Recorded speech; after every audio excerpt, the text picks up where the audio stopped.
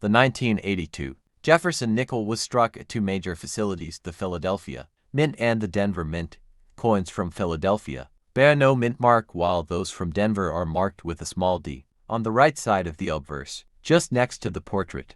While hundreds of millions of these nickels were produced, over 500 million from Denver alone. Not all coins are created equal. Among these common coins are a few ultra-rare varieties and error strikes that elevate their value from 5 cents to thousands of dollars. The most famous and valuable 1982 Jefferson nickels are those that contain striking errors, die misalignments, and sharp full steps. A full steps nickel is one where the steps of Monticello on the reverse side are fully visible and well-defined. These are incredibly hard to find, especially in circulation, because most nickels experience wear and weak strikes. A 1982 Jefferson nickel with sharp full steps in mint state condition and near-perfect surfaces has been sold for over $11,000 at public auction.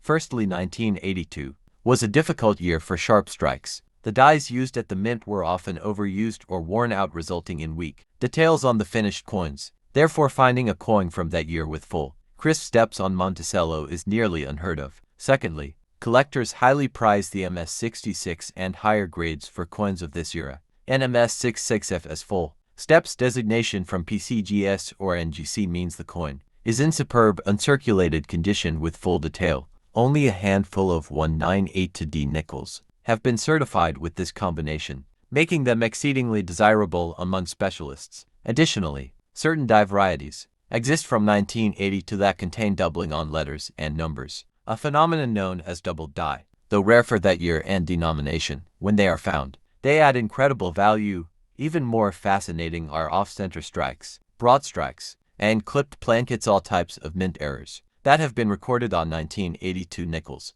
Depending on the severity and uniqueness of the error, these coins can range from a few hundred to several $1,000s in value. Let's not forget the power of condition. A coin from 1982 that spent decades in circulation won't be worth much more than face value, but a coin that was preserved in brilliant uncirculated condition, possibly saved in a mint set or untouched roll, becomes a candidate for premium pricing, especially when paired with rarity markers like full steps or errors. Collectors today hunt through rolls, pocket change, and old coin jars hoping to find these elusive gems. While the chances are slim, they're not impossible. A lucky find of a 1982D full steps Jefferson nickel could mean a windfall of thousands of dollars, especially if professionally graded and authenticated. Start by checking the reverse. Focus on Monticello. If the steps are fully struck and you can count 5 or 6 clean, uninterrupted lines, that's a promising sign. Next, examine the overall condition.